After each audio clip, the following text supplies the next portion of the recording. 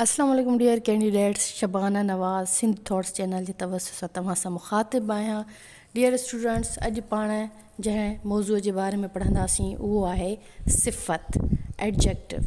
मूं पंहिंजे ॼाण जे हिसाब सां सिफ़त खे टिनि क़िस्मनि में विरायो आहे, छहनि में, बल्कि 3 सिफ़त जा क़िस्म आहिनि ऐं 3 सिफ़त जूं डिग्रीज़ आहिनि।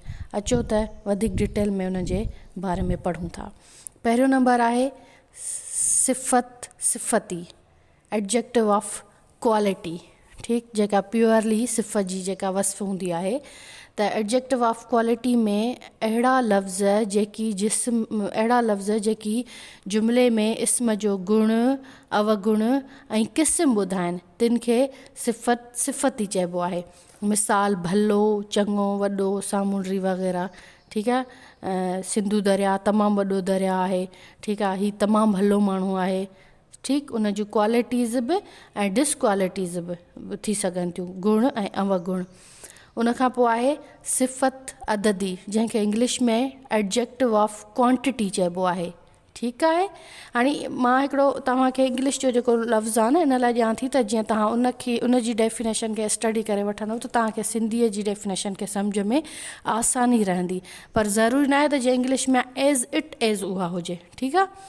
त अहिड़ा इस्म जिन में अदद ऐं मिक़दार खे ज़ाहिर कयो वञे। इंग्लिश में बि एडजेक्टिव ऑफ क्वांटिटी जंहिंजो पढ़ियल हूंदो त उनखे ख़बर हूंदो त उन में अदद खे ऐं मिक़दार खे ज़ाहिर कयो ऐं सिंधीअ में उनखे चए थो सिफ़त अददी, उनखे थो चइजे। अहिड़ा इस्म जिन में अदद ऐं मिक़दार खे ज़ाहिर कयो वञे तिन खे सिफ़त अददी चइबो आहे। मिसाल पहिरियों, ॿियों, टियों, घटि, वधि, थोरो, घणो। हाणे पहिरियां जेके नंबर आहिनि, नंबर त भले 1 खां वठी हज़ारनि ते जेके बि हुजनि उहे अदद आहिनि या नंबर आहिनि। ऐं मिक़दार में कुझु, घटि, वधि, थोरो, घणो, ज़रो। ठीकु आहे। इहे वरी मिक़दार में अची वञनि था। उनजो हिकिड़ो आसान मिसाल ई थी सघे थो त अहमद क्लास में पहिरियों नंबर आयो आहे, मूंखे थोरो पाणी ॾियो।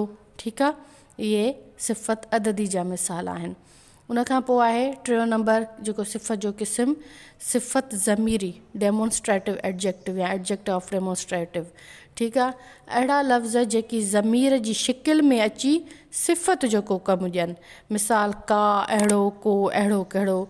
मूंखे इहो किताबु पसंदि आहे पर मूंखे इहा पेन पसंदि न आहे। मतिलबु दैट, दोज़, दीज़ जेके एग्ज़ाम्पल्स इंग्लिश में हूंदा आहिनि। ठीकु आहे। उहे I like that book but I don't like that pain. सही आहे। Demonstrative adjective.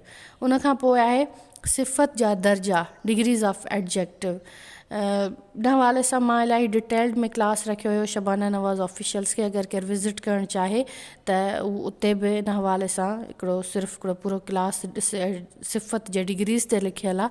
तव्हां उहो ॿुधी वठिजो त तव्हांजी वधीक रहनुमाई थींदी। पर हिते बि मां तव्हांखे क्लियर करण जी कोशिशि कयां थी। सिफ़त जा दर्जा या डिग्रीज़ ऑफ एडजेक्टिव। सिफ़त ख़ालिस, पॉज़िटिव डिग्री। अहिड़ियूं सिफ़तूं जेकी सिर्फ़ु हिकु इस्म जो गुण, अवगुण, अंदाज़ या मिक़दार वग़ैरह ॿुधाइनि ऐं कंहिं ॿिए इस्म सां भेट न ॾेखारियल हुजे त उनखे सिफ़त ख़ालिस चइबो आहे।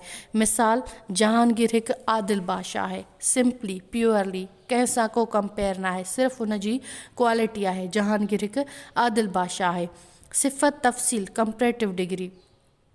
अहिड़ियूं सिफ़तूं जेकी जुमिले में हिकु इस्म या ज़मीर जी साराह या भेट कंहिं ॿिए इस्म या ज़मीर सां कनि, तिन खे सिफ़त तफ़सील चइबो आहे।